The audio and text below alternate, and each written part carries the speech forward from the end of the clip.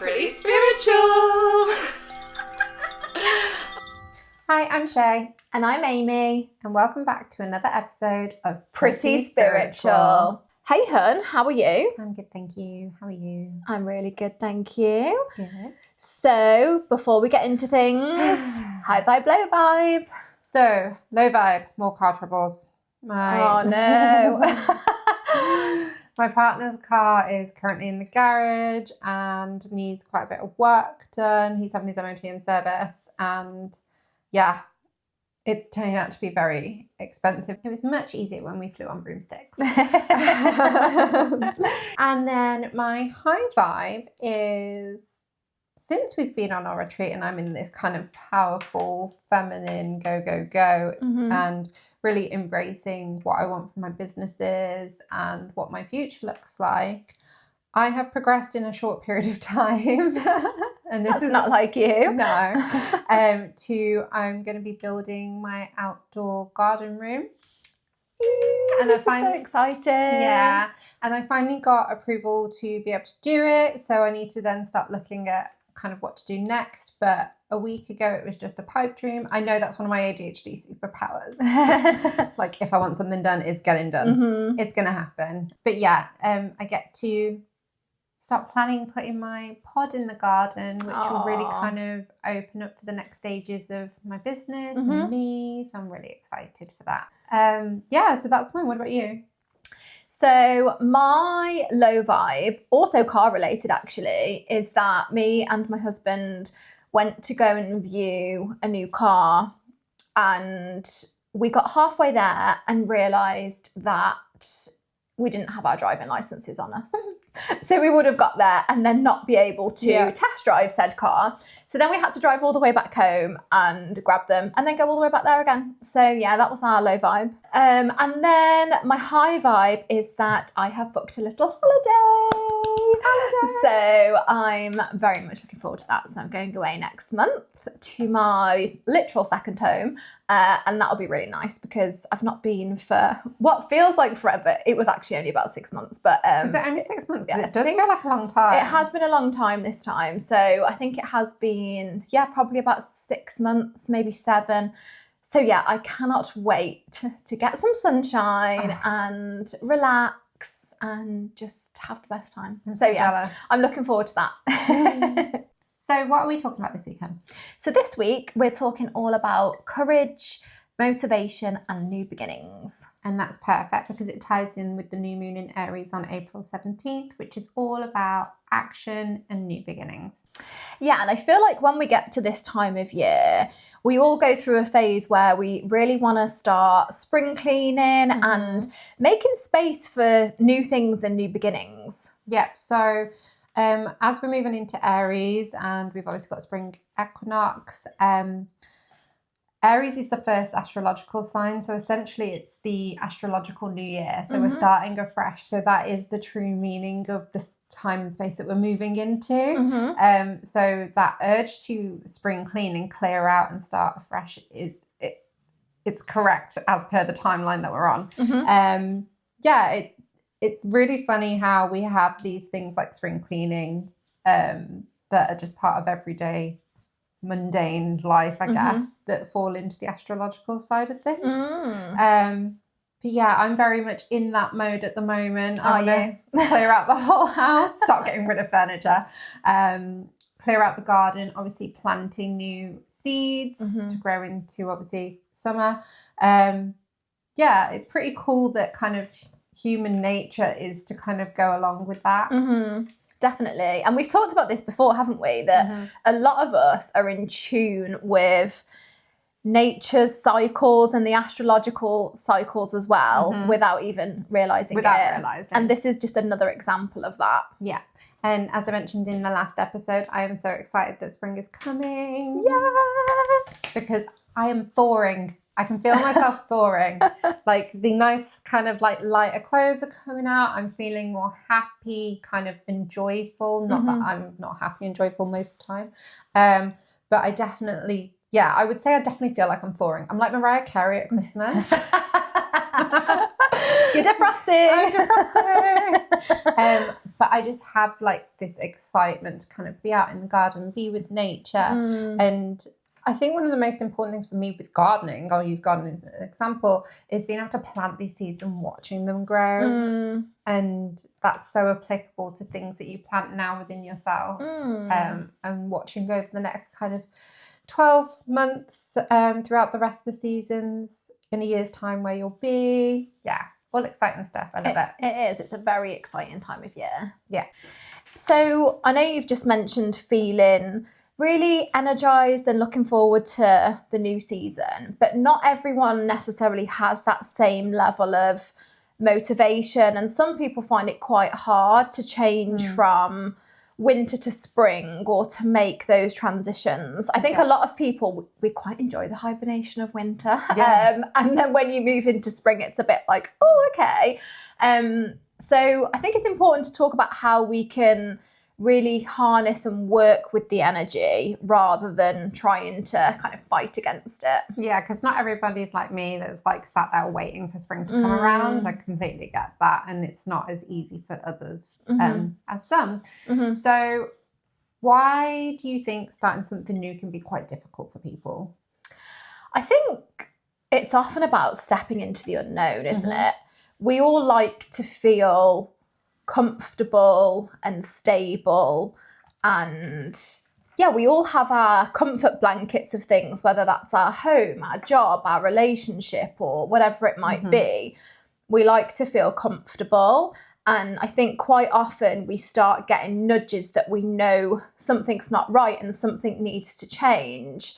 But stepping into the unknown, even if you know that what's to come will probably be better, can be really difficult because we've kind of got used to that little bubble of comfort. So often when we step into the unknown, we start worrying about all of the what ifs. You know, our fear starts creeping in. We start worrying about, is this really going to work out?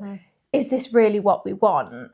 Do we really want to do this? And we quite often let those overwhelming thoughts and like kind of negative, intrusive thoughts creep in, and that can make it really, really difficult. Even if you know and you genuinely believe that the change that you're wanting to make is going to be in the better in the long run, you have to go through that like uncomfortable period.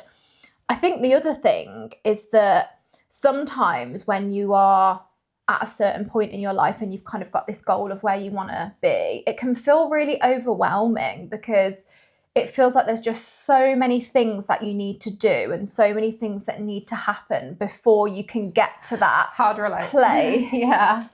It can be really overwhelming, and I think that's often why we don't necessarily have the motivation, because it's like, oh, I really want to do this, but like I've got this mountain of stuff to do to get to that place, and that can make it really, really difficult. It's really easy to sit within stagnant energy, and that's what I'm going to call it, like stuff that you need to move on from or stuff you need to leave behind is stagnant energy. And it's almost like quicksand, so you can sit there and be overcome by it, but it's a lot harder to break free from it. And in energy work, as you know, stagnant energy is some of the most densest energy that you can deal with, and a lot of it is clearing that dense energy that surrounds you. So have you ever felt like you've needed a fresh start, but you don't know how to go about it or kind of take the steps to make that be as such? Yeah, definitely. So recently I have been going through the process of setting up my own business, which is something that a lot of kind of time and thought and planning has gone into. And for a while, I knew that this was something that I wanted to do, but the thought of doing it, because it's something that I've never done before, felt quite overwhelming. And, you know, you get all the doubts that creep in. Yeah. Is this going to work? And what if it doesn't work? You know, so you have those to contend with. And then it is that overwhelm of there are so many things that I need to do. And sometimes that can then result in you procrastinating over things, which was certainly the case for me. I think I'm a perfectionist as well, which is both a blessing and a curse. Yeah. It's something that I'm working on. It's something that I have to keep working on. And I've had to adopt the mindset of progress is better than perfection. And that's really difficult for me because I kind of want to do everything to the highest standard. And that's why I say, you know, that's not sustainable. I've got someone's voice in my head right now. With that quote. Yeah, it's so true. It is so true. But I've had to really ingrain that in everything that I do, because otherwise I do just get completely stuck in procrastination. And it's not because I don't want to move forward, and it's not because I don't want to do the things. It's just I have such a high standard of things that I want to, such a high standard of how I would like to do things, that can sometimes make it feel unachievable. So that's where it is more of a curse than a blessing, to be honest. So for me, it's been about trying to map out a clear path and trying to map out the steps that I need to take and just doing things one thing at a time. And trusting the process is another thing, because as we said in previous episodes, the universe gives you lessons, and sometimes things can't go your way or the way you intend because there's a lesson involved. And I myself have had to learn that as well, because as I've said before, I have OCD. So for me, the little kind of like rituals and things going to plan is very important to me. Although I am also ADHD, so I'm a chaotic person. So it's very conflicting. But I've had to manage that from a mental health perspective, obviously. But a big lesson for me also has been try trust the process, try reflect and see what you learn from things. And things can't always go your way, but there's a reason why. And sometimes better comes out of that. And it's kind of in relation to what you're saying, a bit of you need to let go a little bit and just go with the energy. Definitely. And you can't always, and sometimes that perfection that you're striving for is holding you back. Absolutely. That's so true. And that's something I've learned. I think in terms of working with the energy, that is a really key part of it. And in this example where you're setting up your own business, I think it's being really like leaning into how you're feeling on that particular day. So this is something that I've been fortunate enough to do. If I'm feeling like really creative, I will lean into that and be like, okay, how can I apply this to progress my business? What things can I be working on to tap into that creative energy to make progress? There might be other days where I feel like, actually, I kind of just want to be in my comfies in front of a laptop, doing some planning or whatever it is that I need to get done. And I kind of lean into that. And I know that not everybody has the luxury of being able to kind of tap into that. But if you can, I think that really, really helps. And I think as well, it's learning that there will be, with something, for example, like planning a business, there will be days that you feel really motivated and you just lean into that, just go with that and just get done what you can. And there will also be days where you're feeling quite tired, you don't have as much motivation, and it's just going, okay, how can I still make progress but also be kind to myself and not try and like go against how I'm feeling. Try to force the energy that you've got to give. Because I think things rarely go well if you try and do that, if you're constantly trying to kind of go against how you're actually feeling. You know, you're going to end up just wasting your time and wasting energy on things that you don't need to. So yeah, those are some of the things that I've learned from going through that process. And actually it's really helped, because there are some things that I've been able to do a lot quicker than I thought I was going to be able to do. So yeah. Love it. Thank you for that, Hern. No worries, Hern. So this leads me into my next question of, do you think confidence comes before or after the action? Because for me, a lot of the time, what's holding me back is my fear, and it is a lack of confidence. And I will openly say I don't have a lot of confidence. And yeah, that's something I still deal with today. Just as I've said that, I'm thinking of a situation where I'm lacking in confidence and I really need to kind of show up for something. So yeah, it'd be interesting to hear your thoughts on that. Confidence comes after taking action. That is something that I've learned.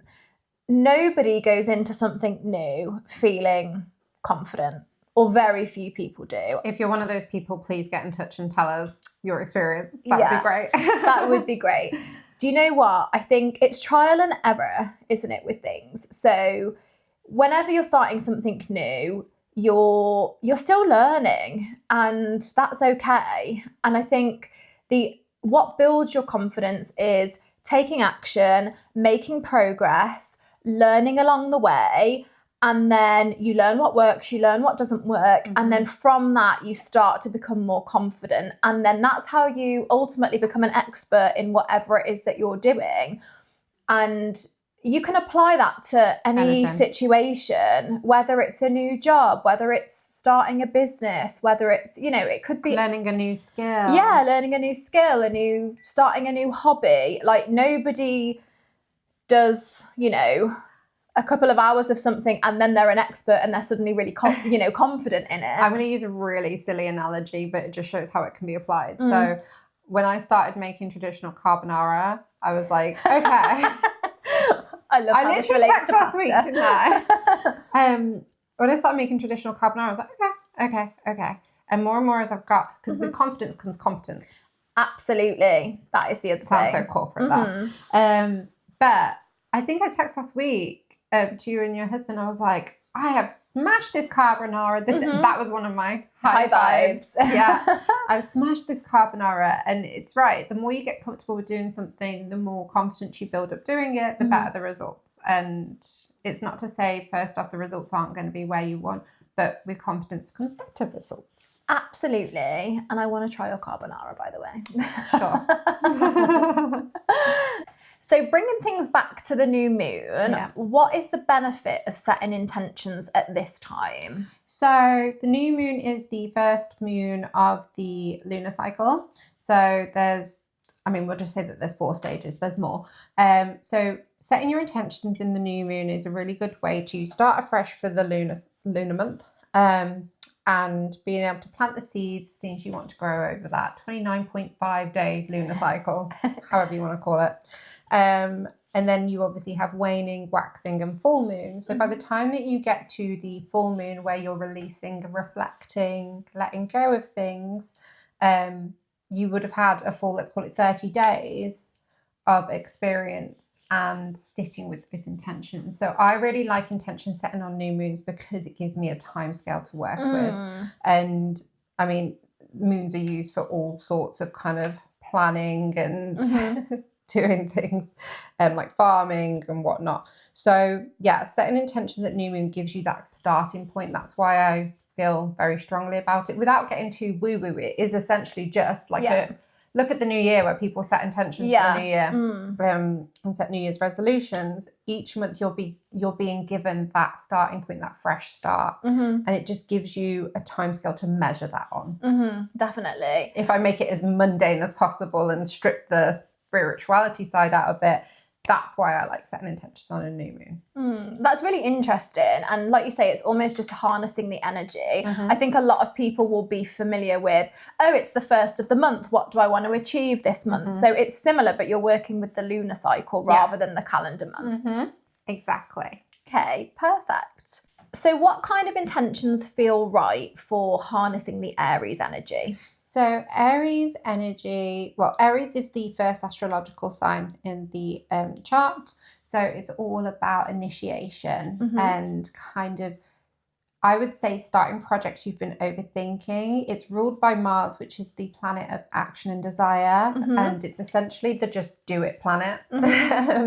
So for Aries energy, it's all about going things alone. It's an independent sign. So I mean, its symbol is the ram, and the ram is full front, just go for it.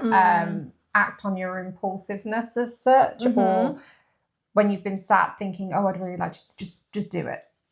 Okay, so that's how we can work with the energy. Is there anything that we need to be aware of when we are harnessing this energy to make sure that we're not burning out or going on in the wrong direction? Yeah, so Aries energy, the shadow side is impatience. Okay.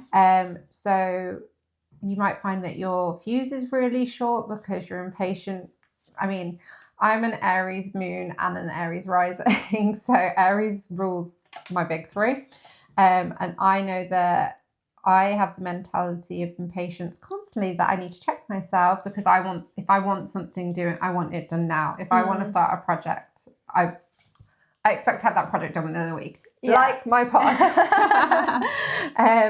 So just be very, very mindful of that other people don't necessarily go to the same tune as you. And your impatience can impact people and also impact yourself, because sometimes you have no control over how things go. So if it is in regards to a project, your impatience can bring your energy down if you don't have control of others, which a lot of us don't. Oh, no, that's really interesting, actually. So it's having that self-awareness, really, isn't it? Just being aware of that up front. So if you start to see these things come into play, just be mindful to check your energy. And then also the impulsiveness that I mentioned as a positive can sometimes be a negative.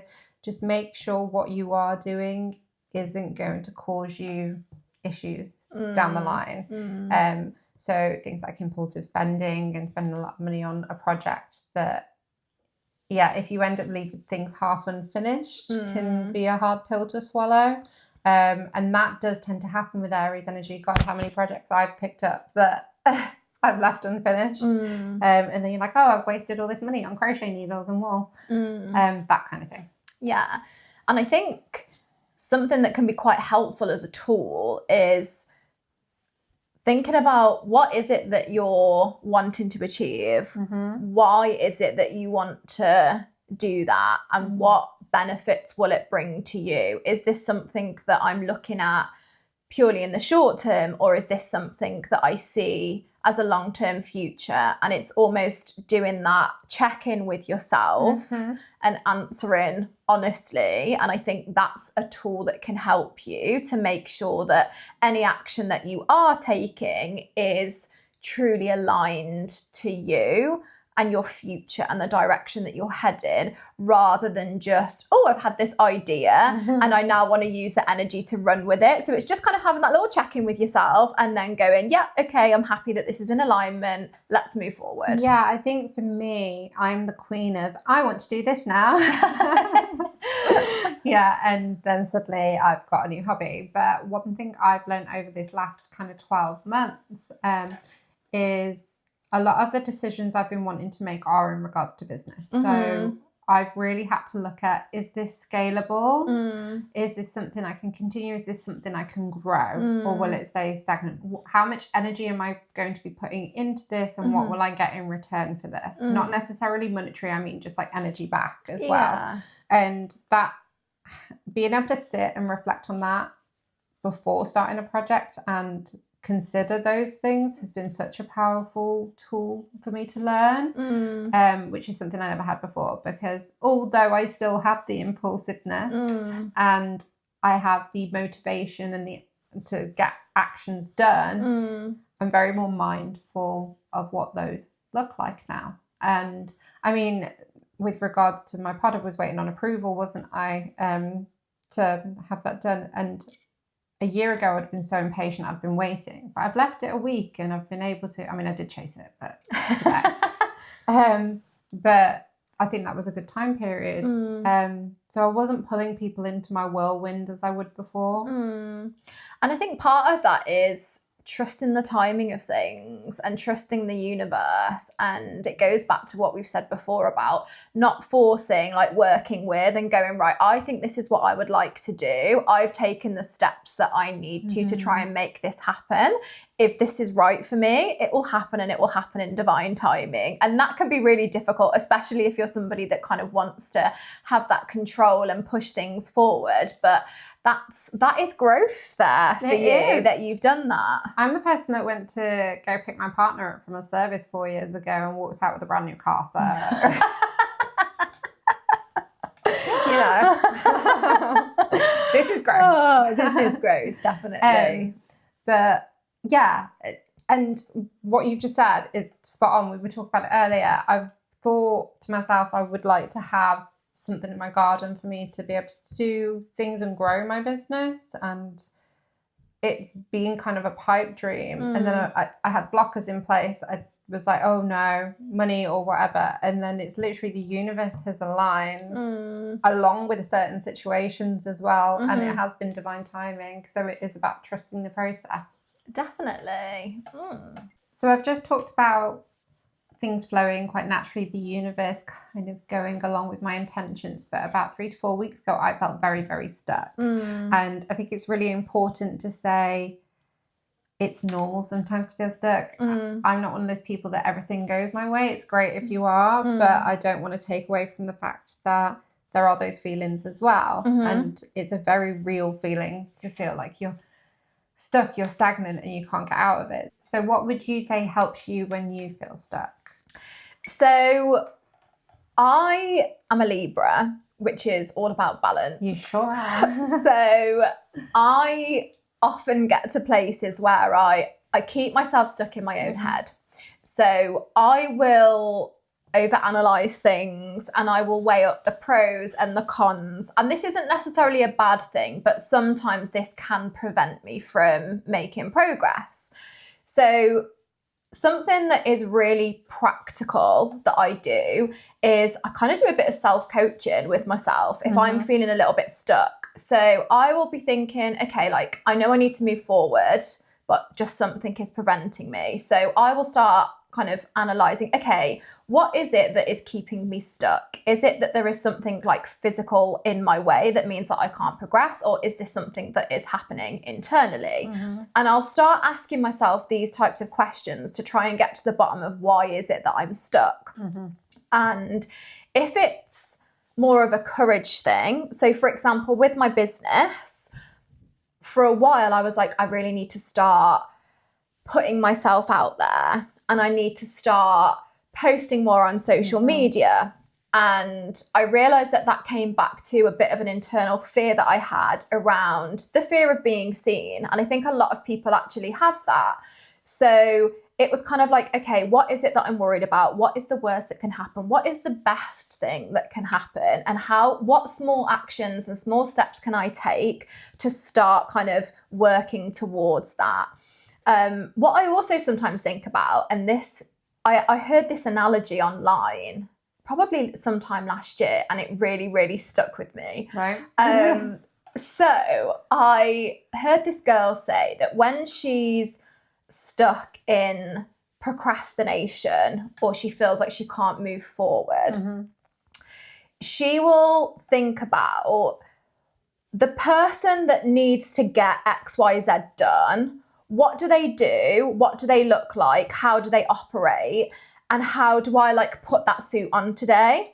And I definitely have embraced that. So for example, if I know that I need to create content on camera and I'm not feeling particularly confident today, I'll be like, okay, the version of me that is confident, what does she look like? How does she act? How does she speak? Okay, I'm stepping into that version of myself today. And I almost act as though I'm like putting a suit on. And it's not that I'm masking, it's almost like I'm activating my highest self, my most confident self. And I'm like, I need confidence today. So, okay, like, let's put that dress on. Yeah, let's put that dress on. Or, okay, I'm procrastinating over a decision and I need to decide between, this and that. Why is it that I'm procrastinating? Okay, I need to be decisive today. So I'm going to put that suit on and I'm going to make a decision. Yeah. And sometimes it's almost like leaning into the part of me that I know is there. So I know I can make decisions. I know that I can be confident. I know that I can, X, Y, Z. There are all these kind of skills and abilities that I know that I have. If they're not kind of coming to me naturally and I don't have a choice and I know that I need to do something, I kind of step into that suit, step into that higher self, and I use that to help me to move forward. And that's something that really works for me personally. I really love that analogy. And just as you were describing it, I was thinking, I want to try use this myself. But like, it could be as, I'm not going to say the word ridiculous, but fill in another word there. Like pretending you have an actual wardrobe of all your different suits, walking up to that wardrobe and taking out the suit and putting it on. So you feel like that you're actually doing that. Yeah. And I love that. It can work for any aspect of life. So one of the examples that this girl.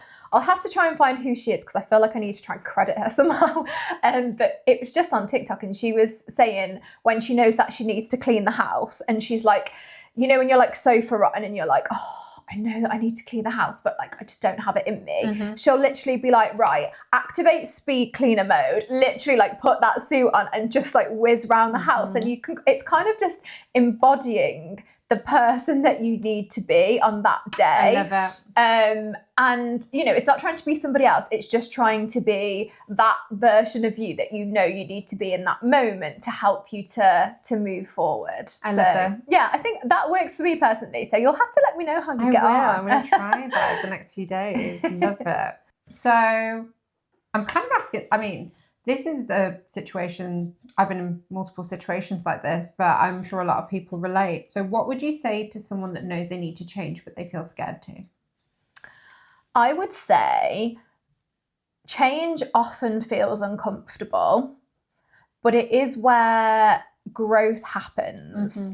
And when we embrace change, we often open up so many opportunities by just getting through that uncomfortable stage. So it is necessary. We all have to go through change at some point, and just try to work with it and try to kind of reassess how you're feeling. So if you're worried about something, okay, what is it that is causing me to be worried? What am I worried about?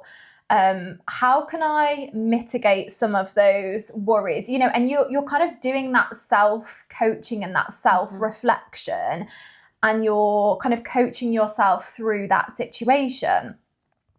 If you feel like you need support, maybe you can reach out to somebody else and ask them to help with coaching you through that situation as well. So it's really just about reflecting on, why do I feel like this? How can I move past it?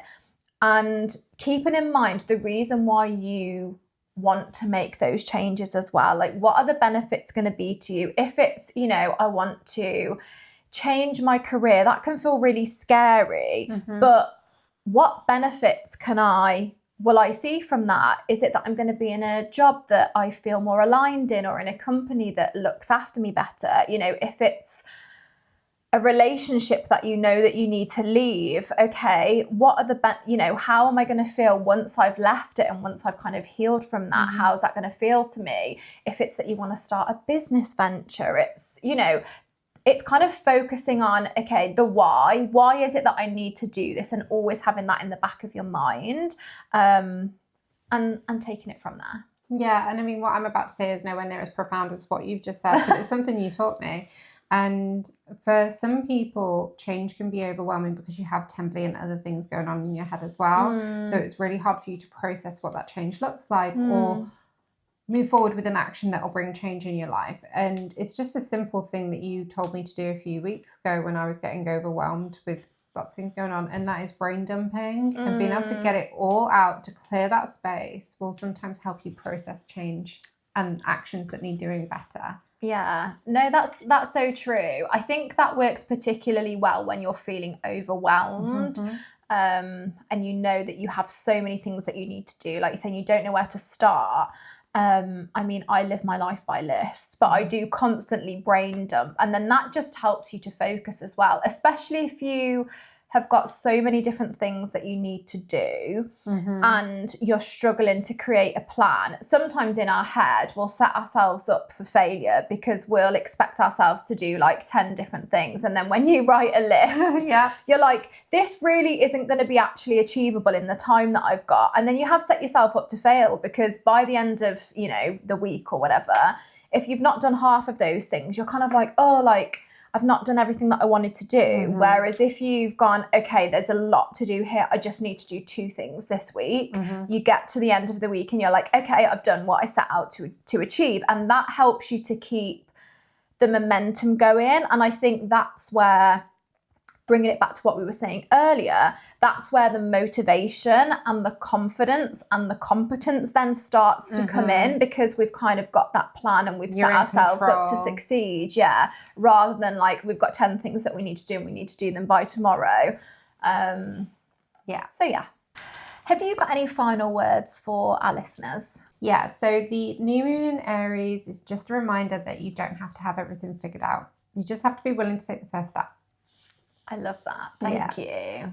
Thank you so much for joining us for another episode of Pretty Spiritual. If you've enjoyed hanging out with us, then please like, subscribe, or follow us on the platform that you're listening to keep updated with new episodes. We hope to see you next Tuesday, the 21st of April, for the next episode of Pretty Spiritual. Pretty spiritual.